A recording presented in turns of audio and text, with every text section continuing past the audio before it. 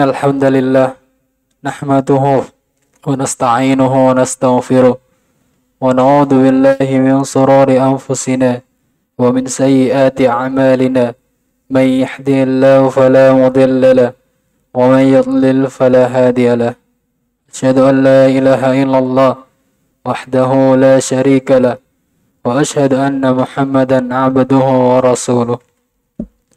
Selamat datang kami sampaikan kepada seluruh jamaah kajian Jumat malam Masjid Ar-Rayyan, yang dimana kajian pada malam hari ini akan bertema bab sunnah pergi ke masjid yang dikutip dalam kitab 1000 amalan sunnah dalam sehari semalam. Diinformasikan kepada seluruh jamaah kajian Jumat malam agar tetap memakai masker. Dan bagi yang tidak membawa masker, boleh berkenan meminta kepada takmir. Kemudian pada besok tanggal 5 Maret akan ada kajian fikih wanita yang akan dibimbing oleh Ustadz Agung Cahyadi. Kemudian di hari Ahad tanggal 6 Maret akan ada kajian yang bertema selamat dunia akhirat tanpa riba, dan di hari itu ada pengumpulan barang-barang bekas yang tidak dipakai, mungkin bisa berupa baju atau barang yang bisa digunakan bagi yang membutuhkan. Kajian akan dihentikan ketika datang waktu azan Isya, kemudian dilanjutkan kembali setelah azan Isya telah dikumandangkan. Demikian informasi kepada Ustadz Agung. Ustadz Abu Aslam dipersilakan. Nah, barakallahu. Bismillah. Assalamualaikum warahmatullahi wabarakatuh. Alhamdulillah.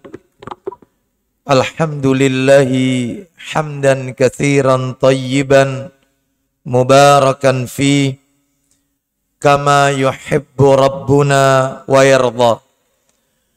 Wa ashhadu an la ilaha illallah wahdahu la syarika lah, wa ashhadu anna Muhammadan abduhu wa rasuluh.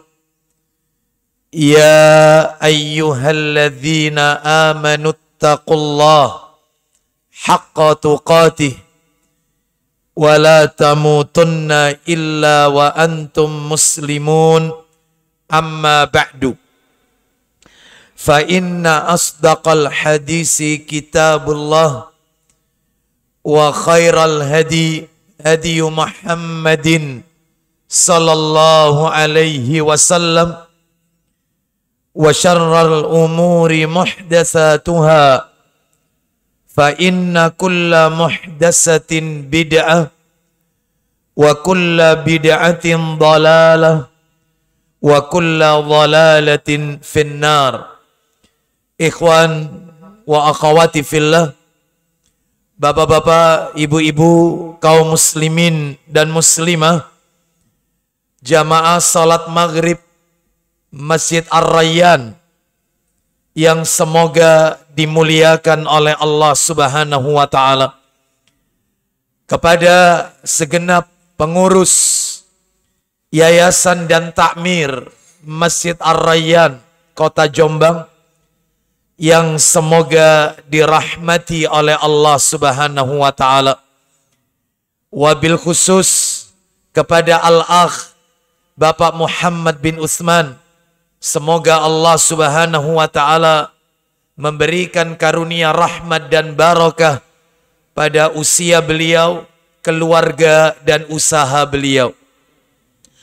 Tidak ada kata yang patut kita ucapkan di malam hari ini selain rasa syukur kita kepada Allah Tabaraka wa ta'ala atas segala karunia nikmat yang telah Allah berikan kepada kita. Salah satu di antara sekian banyak kenikmatan-kenikmatan yang Allah berikan kepada kita dan kita rasakan pada malam hari ini adalah nikmat iman, nikmat Islam, nikmat afiyah, nikmat diberikan kesehatan, nikmat diberikan kemudahan dan kesempatan oleh Allah untuk melaksanakan ibadah kepada Allah Subhanahu wa ta'ala.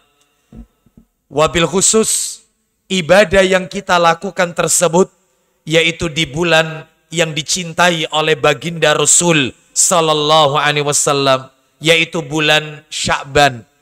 Sebagaimana Nabi sallallahu alaihi wasallam ketika beliau ditanya oleh sahabat Usama bin Zaid radhiyallahu an, di dalam hadis riwayat An-Nasai, Nabi ditanya, "Ya Rasulullah, lam araka tasumu min syahrin minas syuhuri ma tasumu min Sya'ban."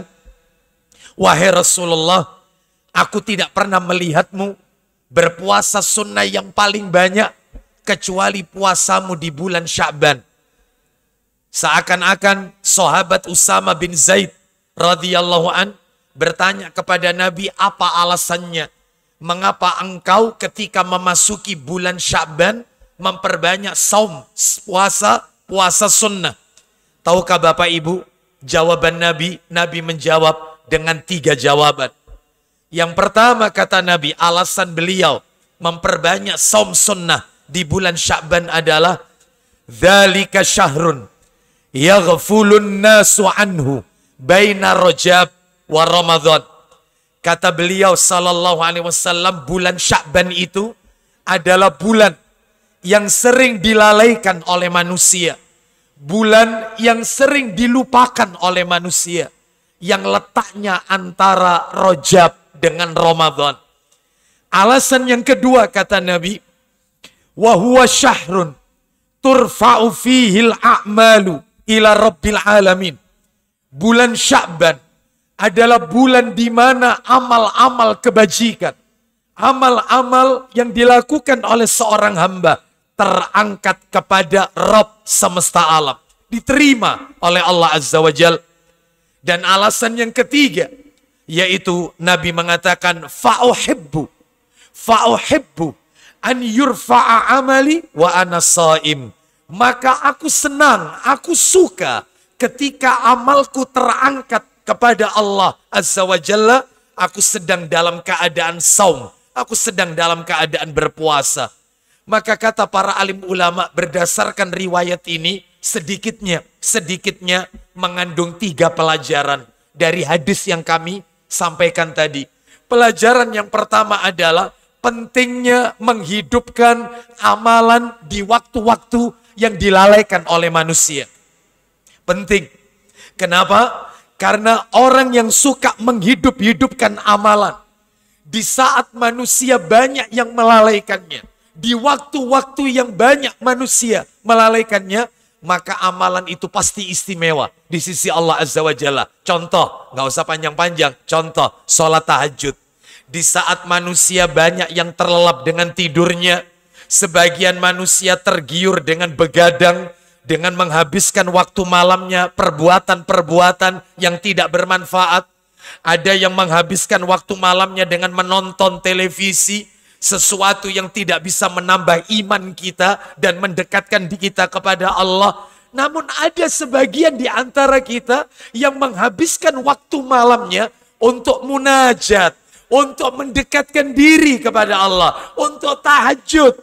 Makanya Bapak Ibu nggak usah kaget. Satu-satunya sholat sunnah, saya ulang, satu-satunya sholat sunnah yang Allah cantumkan dalam Al-Quran hanya tahajud. Yang lain nggak ada. Hanya tahajud yang masuk di Quran. Bahkan dimuliakan oleh Allah Azza wa Jalla orang yang menunaikan sholat malam, yaitu tahajud. Makanya orang kalau suka menghidupkan amalan, di saat manusia banyak yang lalai, amalannya pasti istimewa. Termasuk Sya'ban. Makanya kata Nabi, Sya'ban ini bulan yang sering dilalaikan manusia.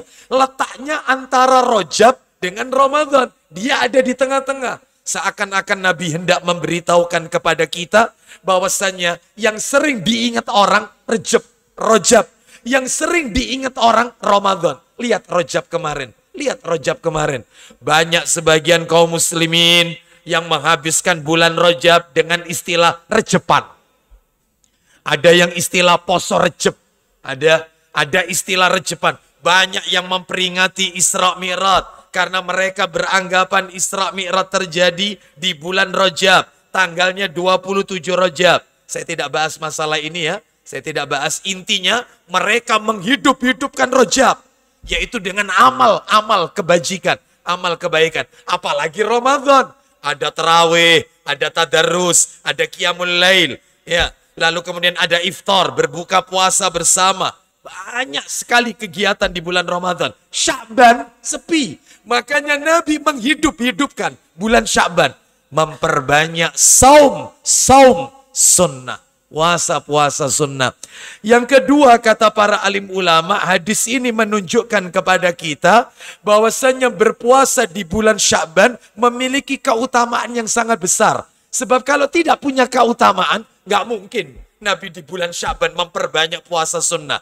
Nabi memperbanyak puasa sunnah paling banyak dalam setahun, yang paling banyak bulan Sya'ban. Puasa sunnah Nabi. Pasti di dalamnya mengandung keutamaan yang sangat besar. Yang ketiga, yang terakhir dari hadis yang kami sampaikan tadi adalah bahwasanya di dalam hadis ini memberitahukan kepada kita bahwasanya ada amalan-amalan itu yang diterima oleh Allah setahun sekali. Ada. Dari seluruh kebajikan kita selama setahun, itu diterima setahun sekali. Kapan? Sya'ban. Sekarang ini. Yaitu amalan terangkat kepada Rabb semesta alam. Ada yang amalan itu sepekan 2 kali. Senin dan Kamis. Makanya ketika Nabi ditanya tentang puasa Senin dan puasa Kamis, Senin Kamis, jawaban Nabi sama. Fa'uhibbu an yurfa'a amali wa ana sha'im. Aku senang ketika amalku diangkat diterima oleh Allah. Aku sedang dalam keadaan berpuasa. Senin Kamis. Bahkan Senin Kamis pintu surga dibuka. Kata Nabi. Pintu surga dibuka itu 2 keadaan Bapak Ibu. 2 keadaan. Yang pertama masuk Ramadan. Pintu-pintu surga ditutup. Pintu-pintu surga dibuka. Pintu-pintu neraka ditutup. Pintu-pintu surga dibuka. Pintu-pintu neraka ditutup, syaitan dibelenggu. Ramadan. Dan yang kedua Senin Kamis, pintu-pintu surga dibuka oleh Allah Azza wa Jalla. Bapak Ibu sekalian rahimani wa rahimakumullah. Jadi ini.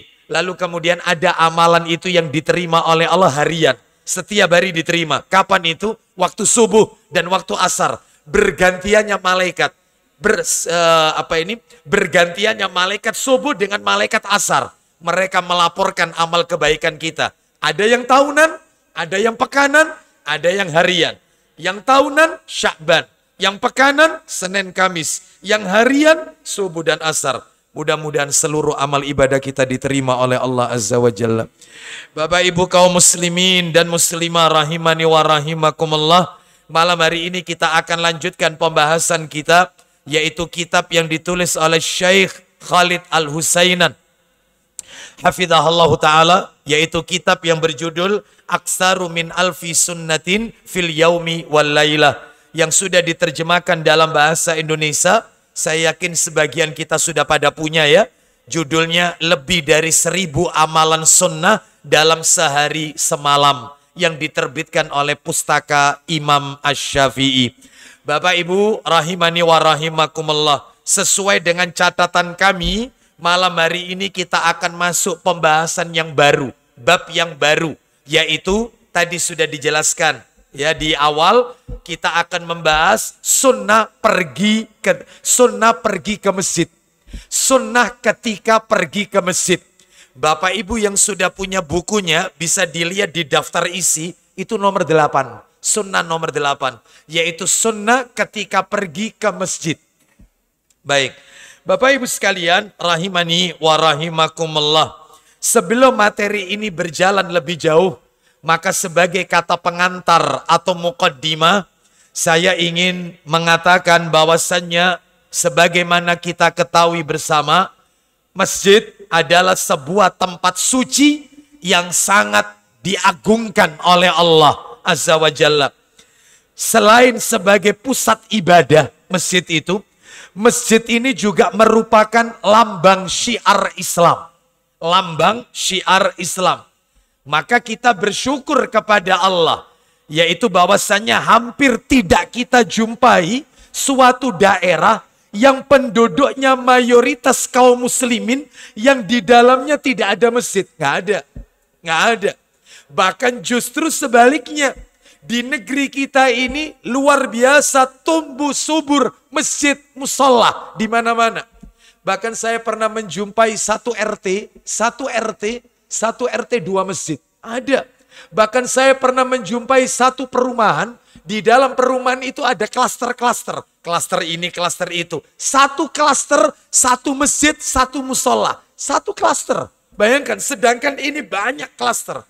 Berarti di negeri kita ini luar biasa masjid.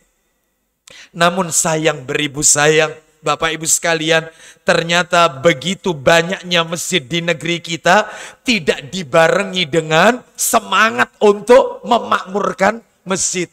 Padahal masjid sudah dibuat senyaman mungkin. Ada loh. Masjid itu, sampai saya pernah lewat, saya nggak sebut nama daerahnya ya. Pernah satu saat selewat di satu daerah, itu tertulis itu di spanduk itu besar. Mampir ke masjid kami sediakan wifi gratis. Satu, kopi, siapkan kopi. Terus kemudian yang ketiga, banyak fasilitas. Ya Allah, sampai seperti ini. Kenapa? Karena semangat untuk memakmurkan masjid. Yaitu jiwa-jiwa mu'allakun fil masajid. Hati tergantung terpaut dengan masjid, itu sudah mulai lentur dan luntur. Oleh karena itu maka sangat disayangkan masjid mewah, masjid besar, tapi tidak dibarengi dengan semangat untuk memakmurkan masjid. Dan alhamdulillah masjid kita ini yaitu Masjid Ar-Rayyan, ya, kota Jombang ini adalah masjid yang kalau saya lihat kegiatannya, alhamdulillah, mudah-mudahan diistiqomahkan oleh Allah Subhanahu wa taala, dan mudah-mudahan seluruh panitia dan semua jajaran pengurus yayasan dan takmir, amalnya semua diterima oleh Allah Azza wa Jalla karena telah memberikan kenyamanan yang terbaik untuk jamaahnya. Baik Bapak Ibu sekalian rahimani wa rahimakumullah. Maka dari itu pentingnya pembahasan ini, sunnah pergi ke masjid. Kenapa demikian? Maaf ini Bapak Ibu sekalian, mari kita dengarkan doa istrinya Imran. Doa istri Imran. Siapa nama istri Imran? Hanna binti Faqud. Hanna binti Faqud, istri Imran. Nah, jadi disebutkan oleh Allah di dalam Al-Quran, suratnya surat nomor 3, Ali Imran, ayatnya ayat yang ke-35. Surat Ali Imran ayat 35. Kita dengarkan bahwasannya istri Imran yang bernama Hanna binti Faqud bin Qabil. Ya, nama lengkapnya begitu. Hanna binti Faqud bin Qabil. Ya, beliau berdoa dan doanya tercantum di dalam Al-Quran. Baik, kita dengarkan murotal yang akan dibacakan oleh Ustadz kita. Kita dibantu oleh Ustadz Ulul Azmi, hafizahullah ta'ala. Sebelumnya kami sampaikan jazakallah khairan. Silakan Ustadz, yaitu Ali Imran ayat 35.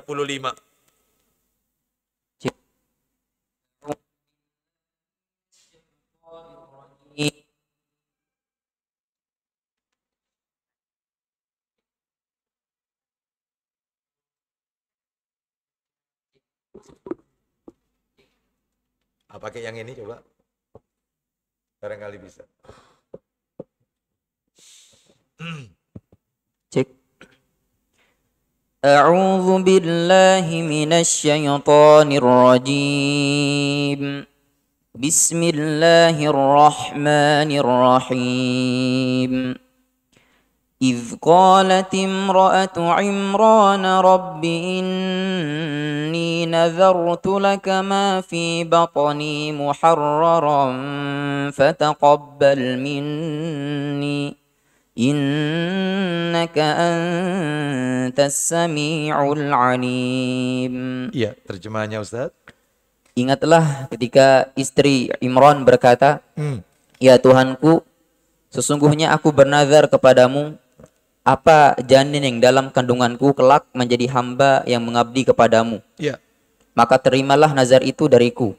Sungguh engkaulah yang maha mendengar, maha mengetahui. Baik, Bapak Ibu sekalian, rahimani wa rahimakumullah. Kita perhatikan bersama terjemahannya. Ingat ketika istri Imran berkata, "Ya Robku, sesungguhnya aku menadarkan kepada engkau anak yang ada dalam kandunganku menjadi hamba yang saleh dan berkhidmat."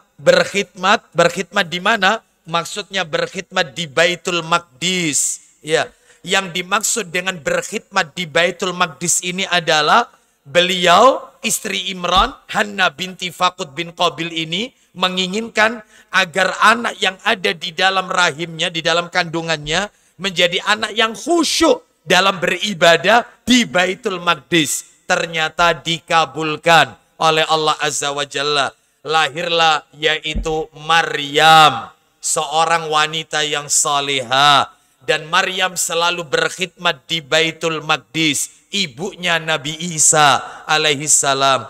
Bapak Ibu sekalian, maka kita pun juga harus mendoakan anak keturunan kita, generasi-generasi berikutnya, agar mereka selalu memiliki yaitu semangat untuk memakmurkan rumah Allah Azza wa Jalla. Baik Bapak Ibu, agar materi kita tertata dengan baik, tidak melebar kemana-mana, materinya saya bagi menjadi 3 Bapak Ibu ya.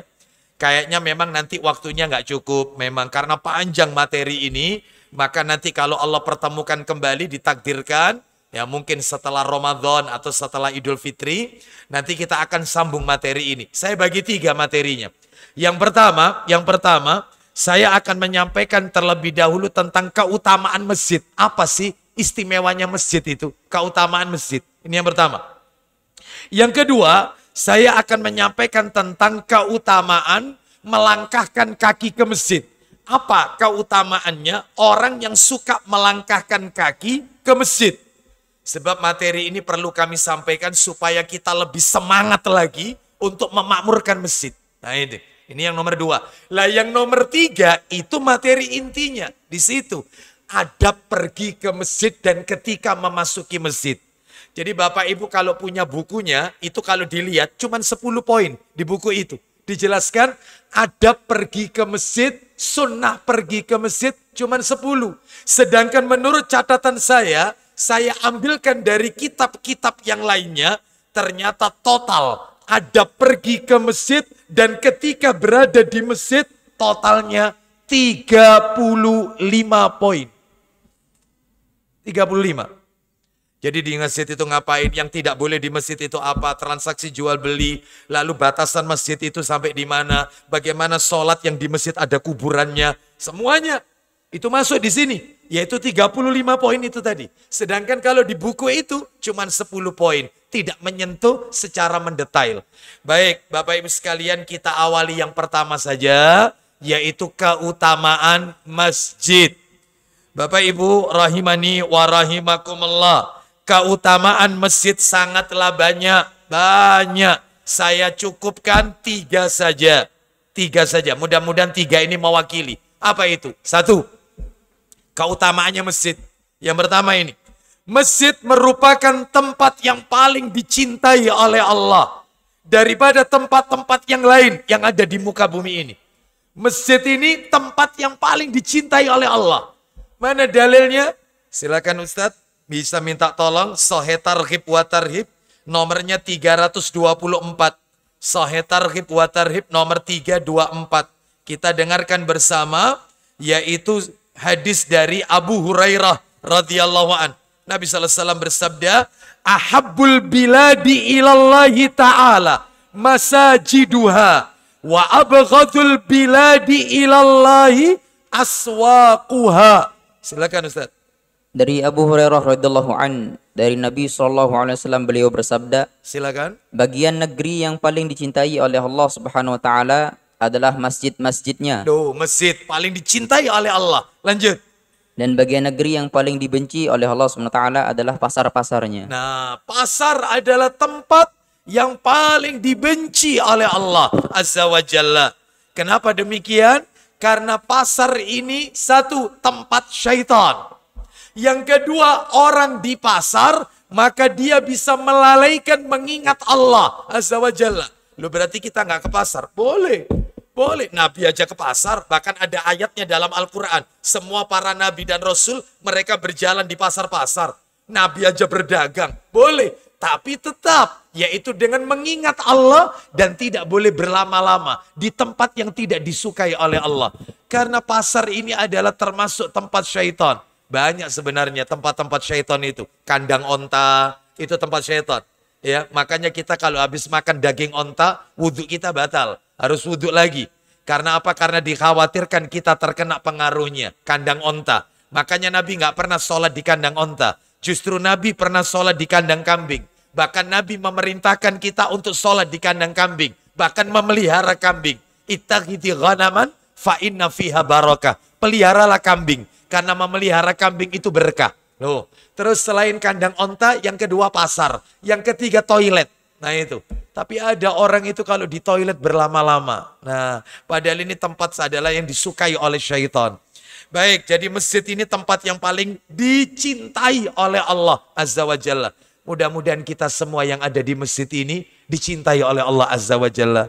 Karena kita sedang berada di tempat yang dicintai oleh Allah Azza wa Jalla. Baik, ini yang pertama. Yang kedua, Bapak Ibu sekalian. Yang dimaksud pasar di sini, yang dimaksud pasar di sini ya pasar kering, pasar basah, pasar modern, pasar tradisional. Semuanya ya, termasuk mall atau pasar tradisional. Yang kedua keutamaan masjid. Masjid adalah tempat untuk mengingat Allah dan nama-nama Allah. Berzikir. Masjid ini tempat untuk mengingat Allah. Mana dalilnya? Silakan Ustadz Sahih Targhib wa Tarhib. Nomornya 295. 295 disiapkan. Tapi sebelum itu dibaca, saya minta tolong Ustadz Ulul Azmi untuk membacakan ayat dulu. Ayatnya dibaca dulu, surat An-Nur. Ya, surat nomor 24 An-Nur. Ayatnya ayat 36 sampai 38. An-Nur, surat nomor 24, ayat 36 sampai 38. Kita dengarkan apa fungsi masjid itu. Allah sebutkan dalam ayat ini. Setelah ayat baru hadis. Kita dengarkan. Ayat berapa Ustaz?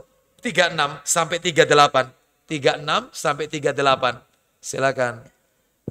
A'udzu billahi minasy syaithanir rajim.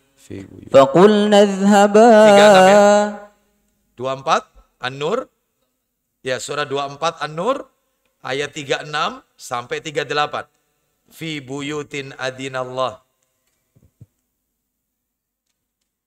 Surah 24 An-Nur ayatnya 36 sampai 38. في بيوت أذن الله أن ترفع ويذكر فيها اسمه يسبح له فيها بالغدو والآصال 37. رجال لا تلهيهم تجارة ولا بيع عن ذكر الله وإقام الصلاة وإيتاء الزكاة يخافون يوما تتقلب فيه القلوب والأبصار 38.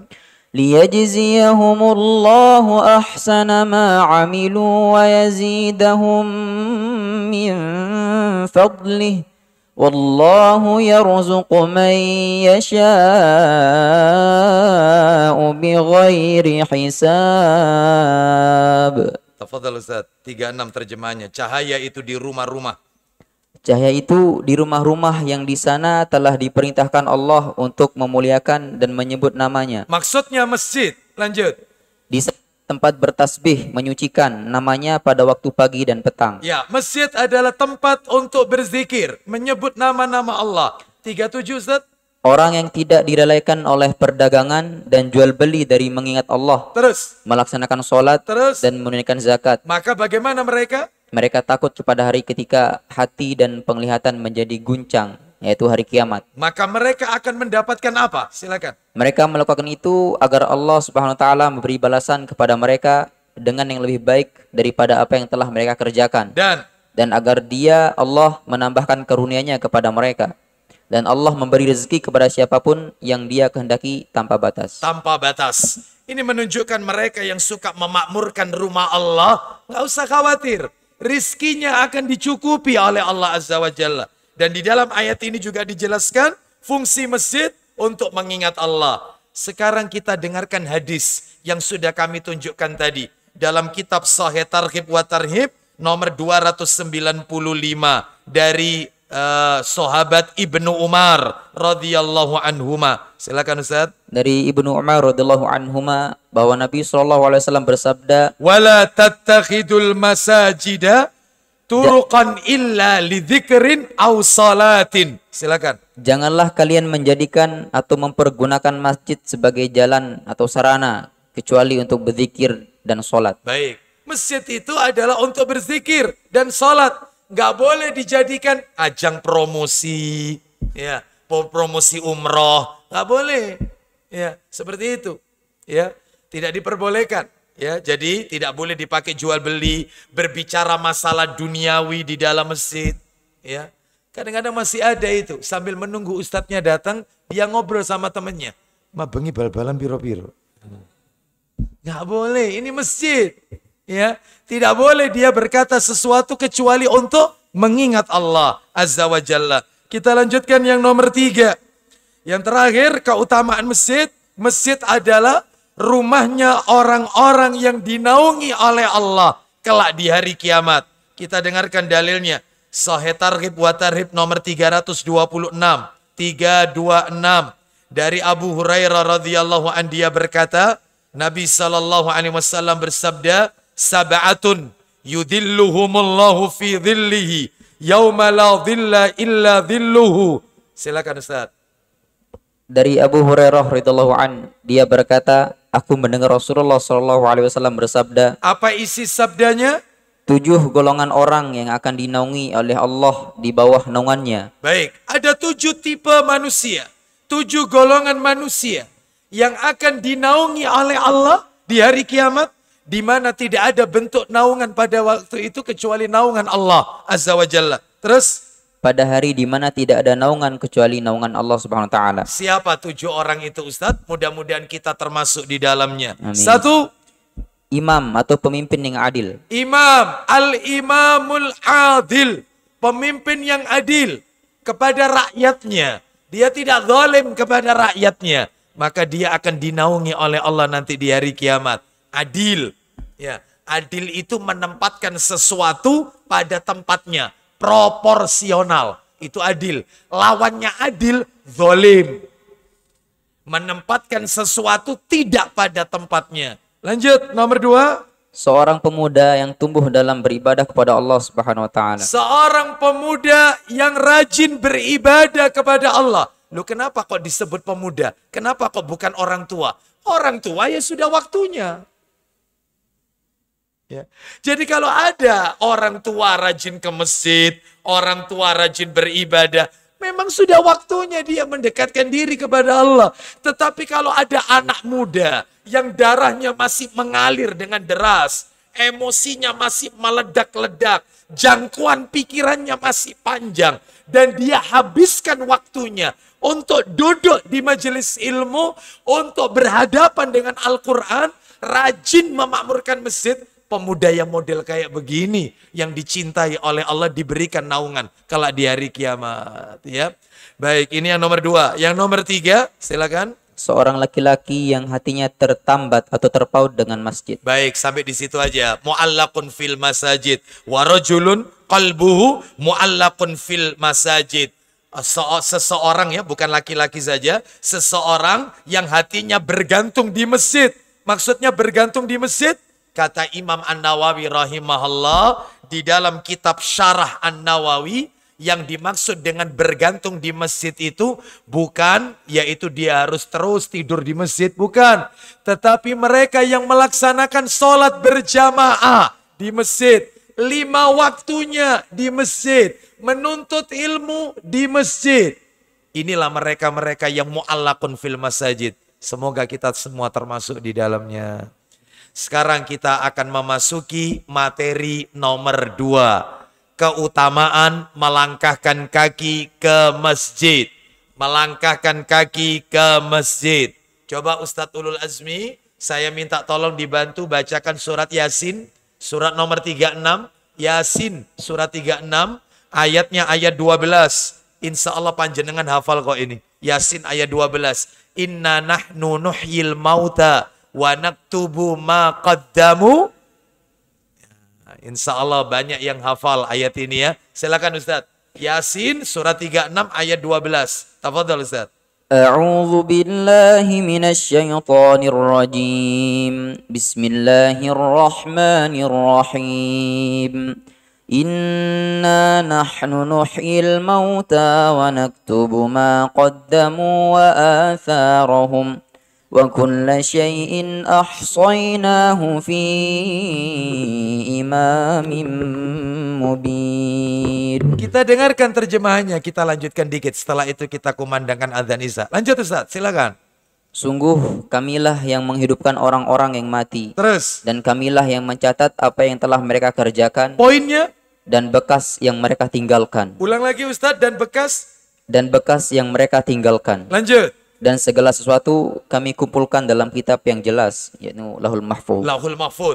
Ayat ini turun, ada sebabnya. Ada asbabul nuzulnya. Ada kronologisnya. Apa sebabnya ayat ini turun? Disebutkan di dalam tafsir Ibnu Katsir. Bersumber dari sahabat Ibnu Abbas radhiyallahu anhuma. Bahwasannya yaitu Bani Salama, sebuah kabilah yang ada di kota Madinah. Bani Salama, mereka kepingin tinggal dekat dengan Masjid Nabawi. Mereka pingin rumahnya dekat sama dengan Masjid Nabawi. Maka mereka ingin pindah dekat Masjid Nabawi. Ternyata apa yang menjadi keinginan mereka tercium oleh Nabi. Lalu kemudian Nabi SAW bertanya, apa benar kalian ingin pindah dekat masjid? Benar wahai Rasulullah. Apa kata Nabi? Nabi menjawab, wa naktubu ma qaddamu wa asarahum. Turun ayat Yasin ayat 12. Allah menulis apa-apa yang kalian kerjakan dan bekas-bekas yang kalian tinggalkan. Fasabbatu, kata Nabi SAW, maka menetaplah kalian di rumah kalian. Karena langkah kaki kalian dicatat oleh Allah Azza wa Jalla. Sehingga mereka tidak jadi pindah dekat Masjid Nabawi. Saya tanya sama panjenengan, tolong dijawab. Jujur, jujur. Mana lebih enak, rumah dekat masjid atau jauh masjid?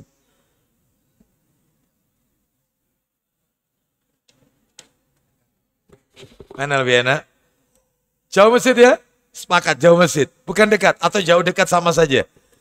Bapak Ibu sekalian, tentunya setiap langkah kaki kita maka tercatat di sisi Allah Azza wa Jalla. Baik, keterangan lebih jelasnya akan kami sampaikan setelah kumandang adzan Isya. Silakan bagi yang bertugas. Wassallallahu ala nabiyyina wa ala alihi washabihi wasallam.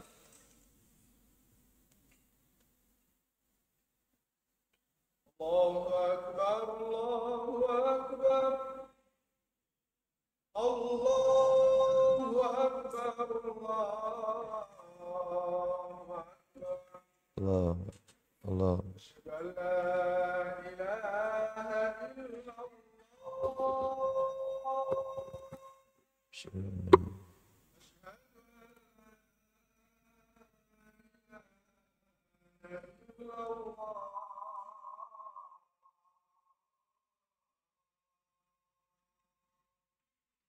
La ilaha illallah.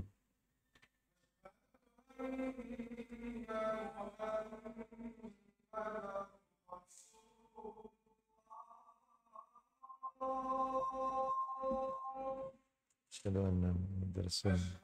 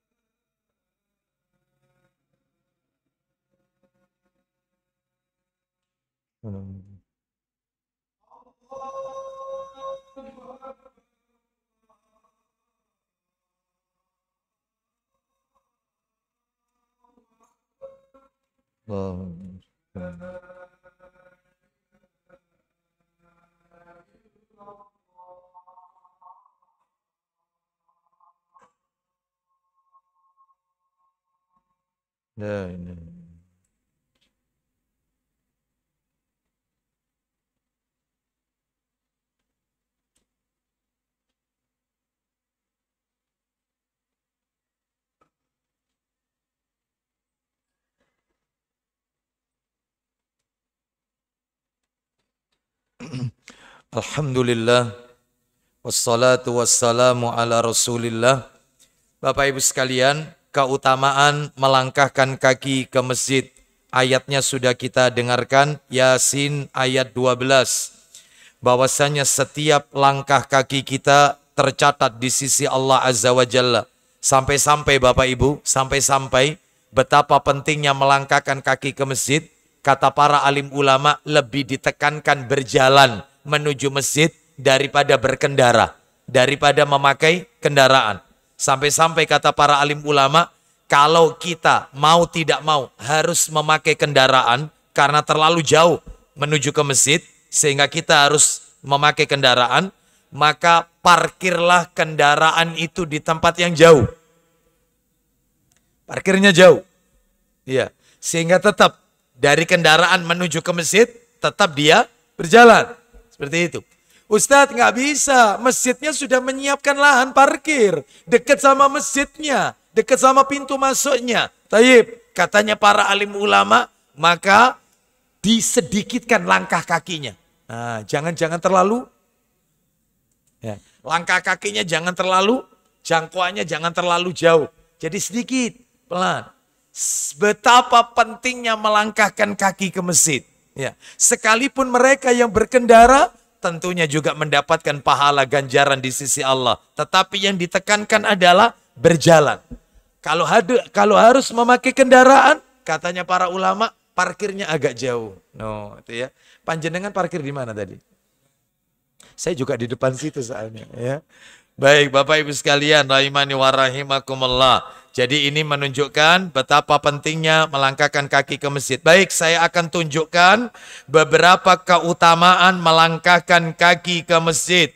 Di antara sekian banyak keutamaan, saya sebutkan saja di antaranya ya. Yang pertama, keutamaan melangkahkan kaki ke masjid. Yang pertama ini, yaitu dihapus dosanya dan diangkat derajatnya. Dihapus dosanya, diangkat derajatnya. Mana dalilnya? Silakan bisa dibuka Sahih Targhib wa Tarhib nomornya 297. Ya, nanti jangan ditutup karena nomornya berdekatan 297. Ya, kita dengarkan baik-baik yaitu dari sahabat Abu Hurairah radhiyallahu an. Silakan Ustaz. Dari Abu Hurairah radhiyallahu an, dia berkata, Rasulullah sallallahu alaihi wasallam bersabda, nah, silakan. Solat seseorang dalam berjamaah dilipat gandakan 25 derajat atas solatnya di rumahnya dan di pasarnya. Baik, dalam riwayat yang lain 27 derajat. Riwayat ini mengatakan 25 derajat.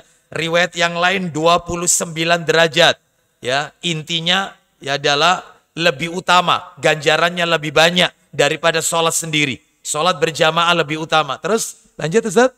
Hal itu adalah karena apabila dia berwudu, lalu dia membaguskan wudu, kemudian berangkat ke masjid. Stop. Dia berwudu, memperbagus wudu, lalu dia pergi ke masjid. Berarti wudunya di mana Bapak Ibu? Di rumah. Makanya Nabi mengatakan, man tatahhara fi baitihi, thumma masya ila baitin min buyutillahi, liyaqdi faridatan min faraidillah.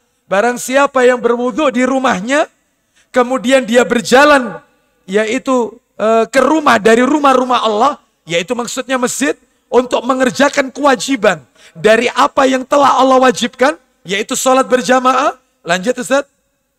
Dan tidak ada yang membuatnya keluar kecuali demi sholat. Nah, terus? Tidaklah orang ini melangkahkan satu langkah melainkan pasti diangkat untuknya satu derajat dengannya. Langkahnya yang berikutnya, dan dihapus satu kesalahan darinya. Nah, satu derajat diangkat oleh Allah di akhirat dan satu dosa dihapus. Semakin banyak kita melangkah, semakin banyak Allah mengangkat derajat kita, meninggikan derajat kita, dan menghapus dosa-dosa kita. Ini pentingnya melangkahkan kaki ke masjid. Ya, baik. Jangan diremehkan masalah ini. Yang nomor dua Bapak Ibu sekalian. Orang yang pergi ke masjid bukan hanya dapat pahalanya kalau ke masjid. Ternyata pulangnya berarti PP. Pulang pergi. Pulang pergi, PP ini. Ke masjid dan pulang dari masjid menuju rumahnya. Itu semua dicatat oleh Allah pahalanya. Semuanya dicatat. Bukan hanya pergi aja ke masjid. Tetapi pulang dari masjid itu juga dicatat oleh Allah. Mana dalilnya? Silakan Sahih Targhib wa Tarhib nomor 308. 308. Kita dengarkan dari Ubay bin Ka'ab radhiyallahu an. Silakan. Dari Ubay bin Ka'ab radhiyallahu an, dia berkata, ada seorang laki-laki dari kalangan Ansor. Aku tidak tahu ada orang yang lebih jauh rumahnya dari masjid daripadanya. Walaupun begitu, dia itu selalu hadir dalam sholat berjamaah. Kata Ubay bin Ka'ab radhiyallahu an, aku tidak pernah melihat ada orang yang rumahnya paling jauh dari masjid kecuali orang ini. Tetapi dia tidak pernah ketinggalan takbiratul ikhramnya imam. Dia tidak pernah menjadi masbuk, makmum terlambat. Imam sebelum takbir dia sudah ada. Bahkan dia berada di shaf yang pertama. Rumahnya paling jauh dari masjid. Tapi dia nggak pernah ketinggalan. Dan dia berjalan kaki. Lalu teman-temannya usul. Apa ndak sebaiknya kau beli seekor keledai? Supaya kalau berjalan di siang hari, sholat duhur, kau tidak kepanasan. Dan kalau setelah Isya, sampai di rumah kau tidak terlalu larut malam. Karena rumahnya paling jauh. Tapi dia tetap nekat jalan kaki. Anda tahu jawaban orang ini. Lanjut, jalan cerita berikutnya Ustaz, teruskan aja. Lalu dikatakan kepadanya, iya, seandainya kamu membeli seekor keledai untuk kamu tunggangi di kegelapan dan pada waktu panas. Terus? Dia menjawab, iya, aku tidak senang jika rumahku dekat masjid. Stop. Padahal temannya usul. Apa tidak sebaiknya kamu beli seekor kendaraan, yaitu keledai, untuk jadi kendaraan tunggangan. Supaya tidak kepanasan dan kalau malam tidak larut malam pulangnya. Anda tahu jawabannya orang tadi. Dia mengatakan, aku tidak suka tinggal dekat masjid. Seakan-akan orang ini berkata, jangankan beli seekor kendaraan, rumahku dipindah dekat masjid. Jangan beli keledai. Rumahku diletakkan, dikasih rumah dekat masjid. Aku nggak mau. Jangankan beli kendaraan, rumahku dipindah, ya dekat masjid. Aku nggak mau. Lanjut, teruskan. Aku ingin berjalanku ke masjid ini ditulis untukku, begitu pula kepulanganku dari masjid jika aku pulang kepada keluargaku. Aku kepingin PP, pulang dan pergi ke masjid dicatat oleh Allah. Bapak Ibu tahu, Rasul dengerin. Apa katanya Nabi? Nabi menepukkan tangannya ke dada orang itu dalam riwayat yang lain ya. Sambil Nabi mengatakan, qad jama'allahu laka dzalika kullahu. Silakan Ustaz. Maka Rasulullah SAW bersabda, Allah telah mengumpulkan semua itu untukmu. Semua pahala itu Allah kumpulkan untuk dirimu. PP dapat. Orang pergi ke masjid, itu PP dapat pahala. Jangan diremehkan. Saya tanya lagi, mana lebih enak? Rumah jauh masjid atau dekat masjid? Dekat Ar-Rayyan atau jauh dari Ar-Rayyan? Bapak Ibu sekalian, rahimani wa rahimakumullah. Ini yang nomor 2, keutamaan melangkahkan kaki ke masjid. Yang nomor 3, saya tutup 5 saja ya, karena banyak ini sebenarnya keutamaannya. Yang nomor 3, bahwasanya orang kalau ke masjid telat, masbuk, makmum terlambat. Dia datang ke masjid, jamaahnya sudah bubar. Dia sholat sendiri di masjid. Karena mungkin dia sampai rumah itu sudah maghrib. Atau mungkin dia maghrib sudah di jalan. Sampai rumah dia wudhu ke masjid, jamaahnya sudah selesai. Sehingga dia sholat sendiri. Itu katanya Rasulullah Sallallahu Alaihi Wasallam, dia mendapatkan pahala sebanyak orang yang sholat di masjid itu. Lu nek ngono telah terus saya berarti Ustaz. Pot, ini jombang banget. Iya. Nggak boleh. Ini cuma terkondisikan, bukan mengkondisikan. Mana dalilnya? Dalil silakan dibuka Sahih Targhib wa Tarhib 314. 314. Mohon maaf, bukan 314, 410 maksud saya. 410. Maksud saya 410. Sahih Targhib wa Tarhib nomor 410. Ya. Silakan Ustaz. Ya, silakan. Dari Abu Hurairah radhiyallahu an, dia berkata, Rasulullah sallallahu alaihi wasallam bersabda, silakan. Barang siapa berwudu lalu membaguskan wudunya, kemudian berangkat sholat, tetapi dia mendapati orang-orang yang telah menyelesaikan sholat, ternyata jamaah telah selesai mengerjakan sholat, maka Allah memberinya pahala seperti pahala orang yang menunaikan sholat dan menghadiri sholat tersebut. Dapat pahala sejumlah orang yang sholat di masjid itu. Ya, saya masih ingat ini hadis ini. Ya, beberapa waktu yang lalu ya, sebelum adanya pandemi ini, ketika diminta oleh yaitu salah satu travel untuk membimbing, ada jamaah kita itu habis umroh, selesai umroh tawaf ya, tawaf sa'i itu jam 2 malam. Terus saya bilang, jangan ke jangan kerinan, subuh ndak di Masjidil Haram eman. Ayo, jangan kerinan, tetap silakan istirahat. Baik Pak Ustadz, baik. Sudah, ternyata kerinan. Jadi kita semua habis sholat subuh, pergi ke restoran untuk sarapan pagi, dia baru datang. Loh, kok telat Pak? Itu. Iya Ustadz eman, Ustadz tadi ketiduran karena kecapean habis tawaf, habis tahallul tadi itu, sampai jam 3 saya Ustadz. Tidur ternyata kelewat ini. Ya sudah, eman Ustadz, saya padahal kepingin ngejar imamnya tadi itu. Imamnya Suraim lagi Ustadz. Itu favorit saya. Sudah ndak usah. Rasulullah bersabda, tak ceritakan hadis itu tadi. Apa katanya? Berarti besok saya tak telat lagi Ustaz.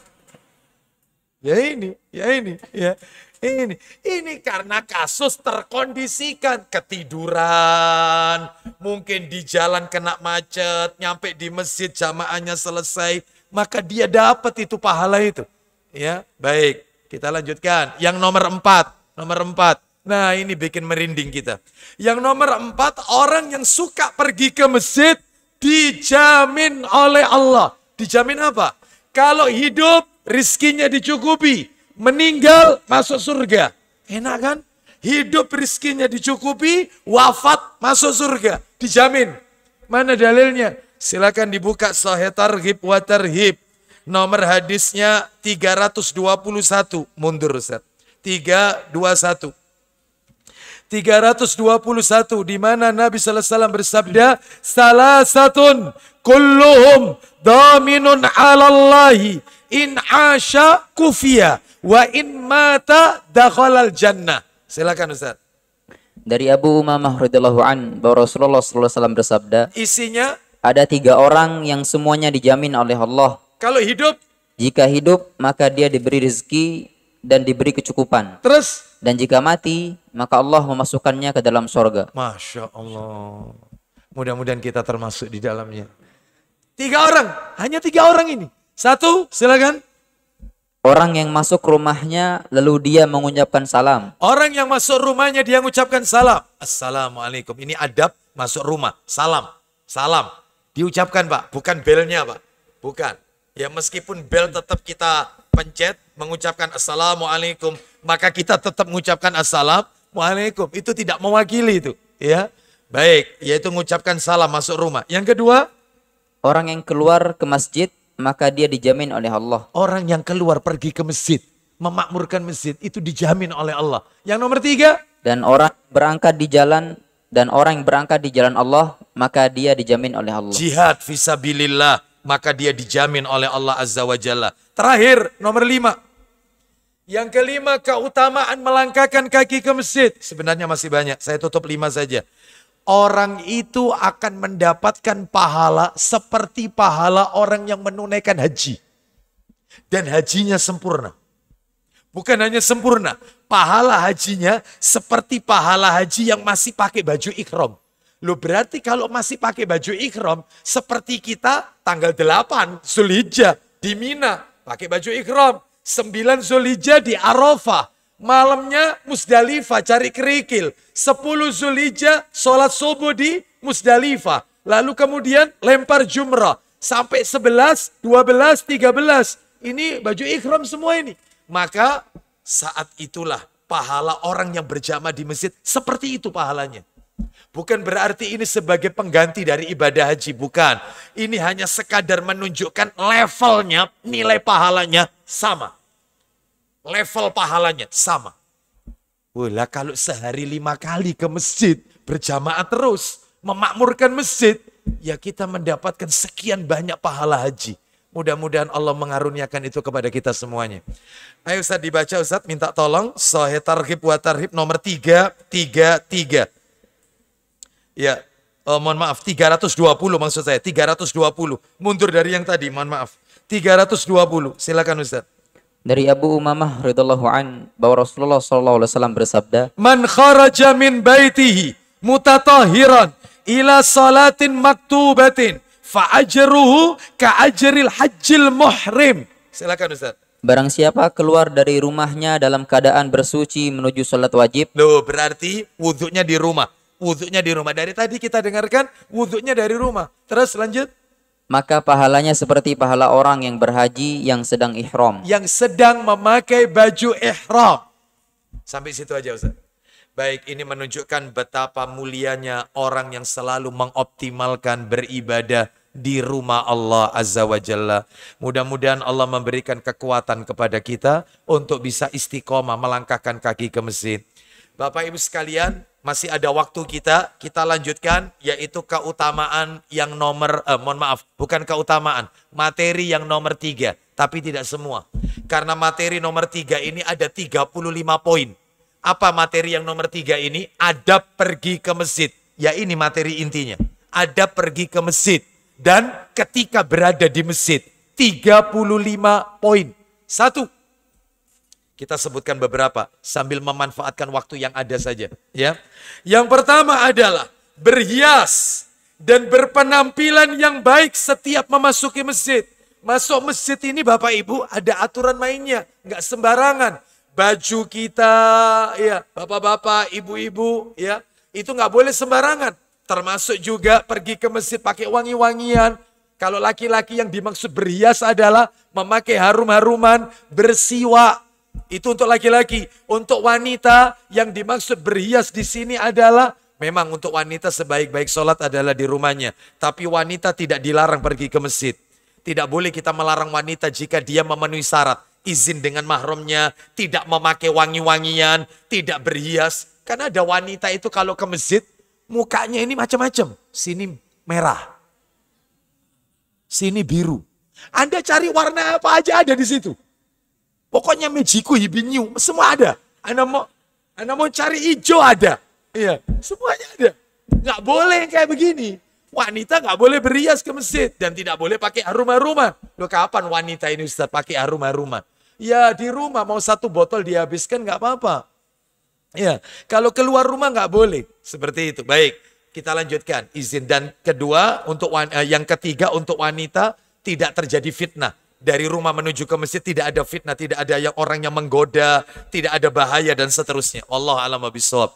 Kita lanjutkan ya. Jadi berhias dan berpenampilan yang baik setiap memasuki masjid. Mana dalilnya? Coba dibuka Ustadz ayatnya. Quran surat 7 Ustadz. Minta tolong dibacakan murotalnya. Surat Al-A'raf. Surat nomor 7 ayatnya 31. Allah berfirman surat 7 ayatnya 31. 31. Kita dengarkan bersama-sama ayat 31. Al-A'raf ayat 31. Ya. Silakan Ustaz. A'udzu billahi minasy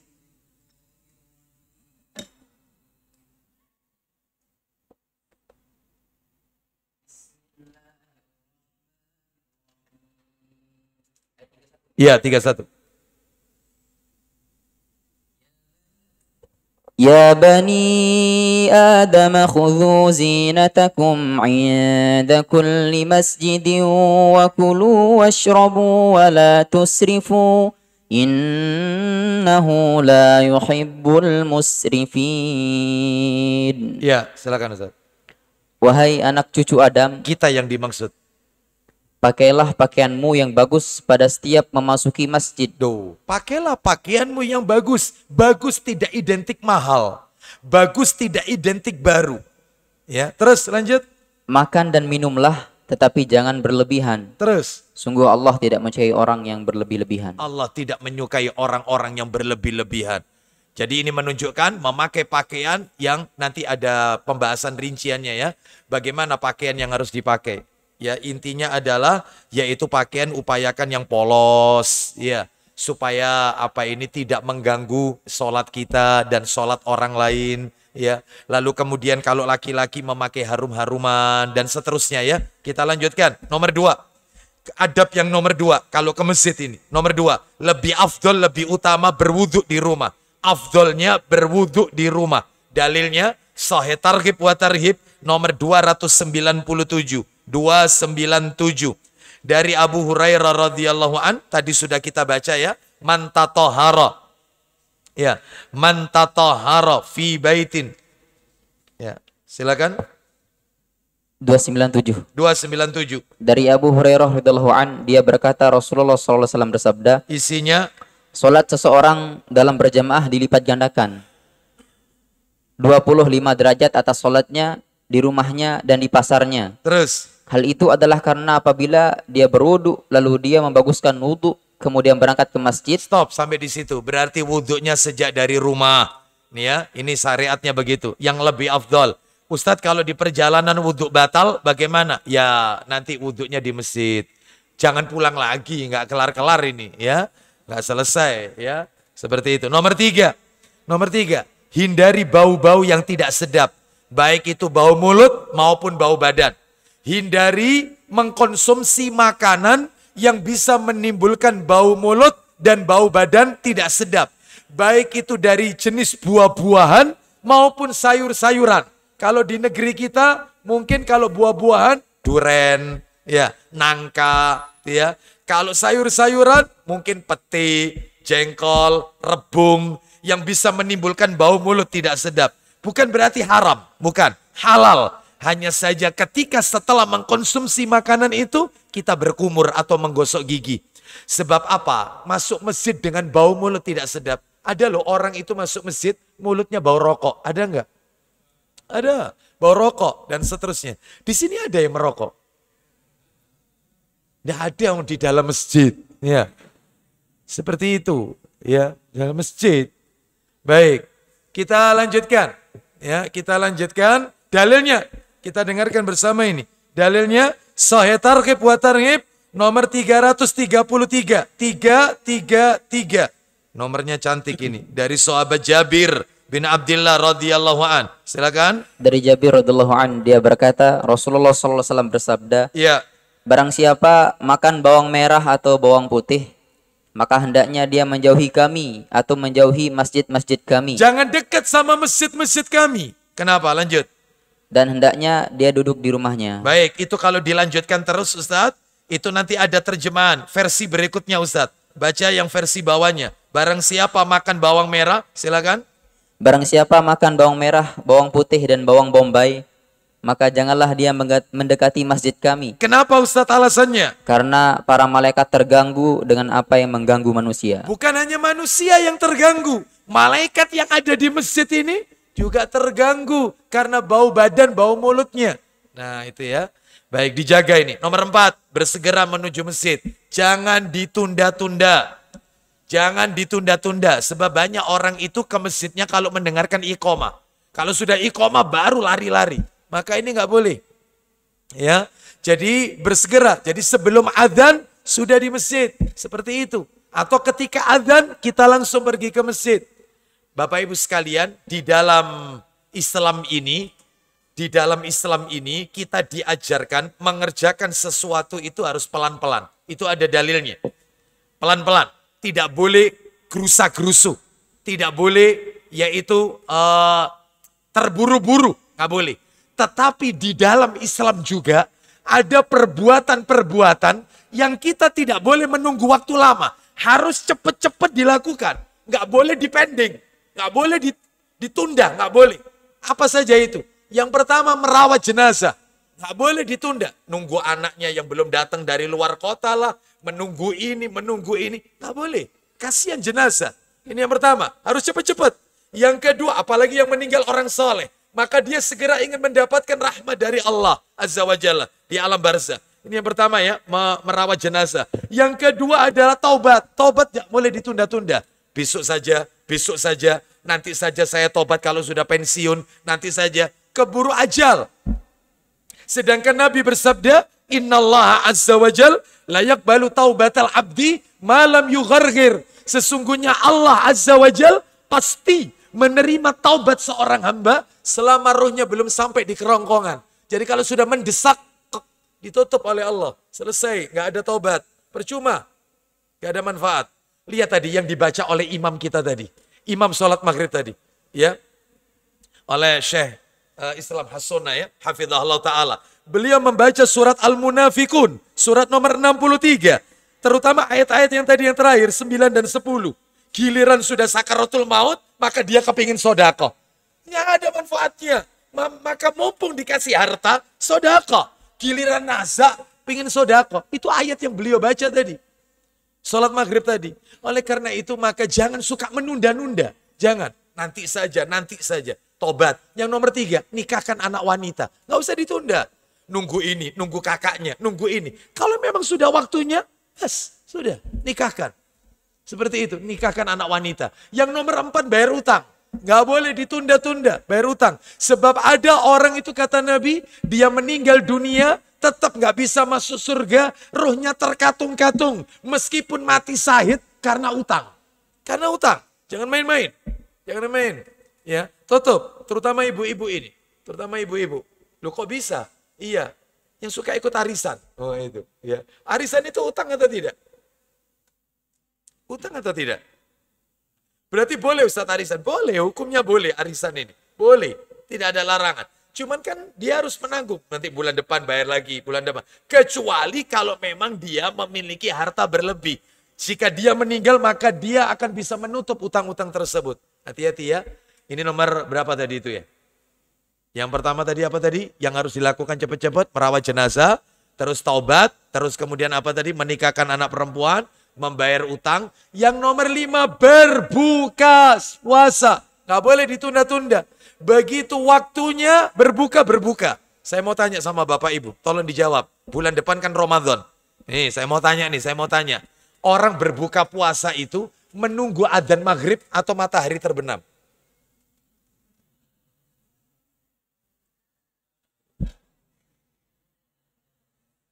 Adzan maghrib atau matahari terbenam?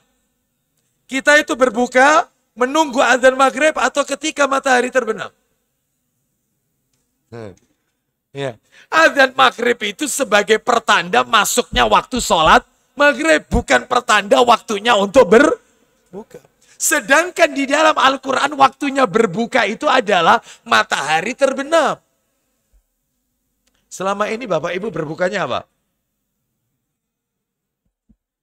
Terus gimana Ustadz? Ya sudah nggak apa-apa ya. Nggak apa-apa, nggak usah tegang ya, nggak apa-apa. Karena kita tidak tahu bagaimana posisi matahari terbenam. Karena kita tidak berada di ketinggian. Kecuali kalau kita berada di dataran tinggi, kita tahu matahari itu terbenam, ufuk merah sudah menebar, nah sudah waktunya berbuka.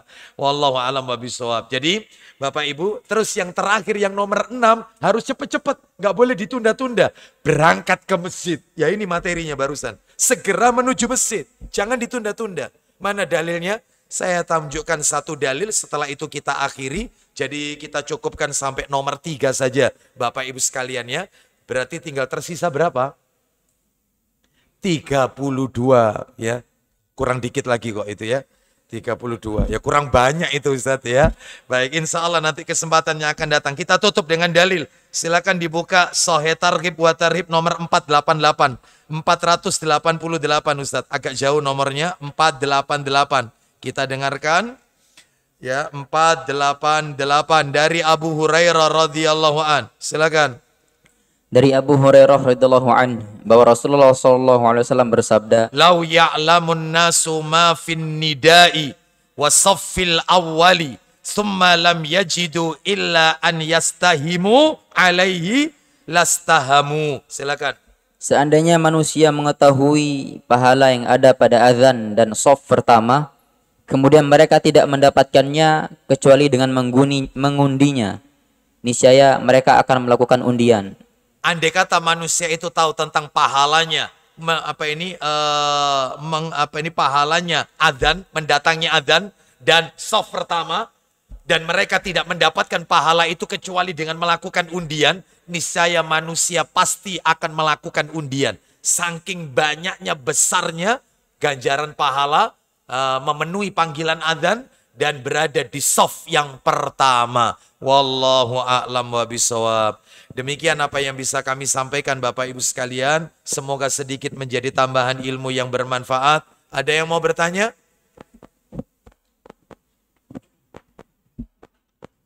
Tidak ada? Baik, alhamdulillah tidak ada. Kita tutup dengan kafaratul majelis. Semoga Allah meridhai amal ibadah kita. Semoga Allah mempertemukan kita dengan bulan Ramadan di tahun ini.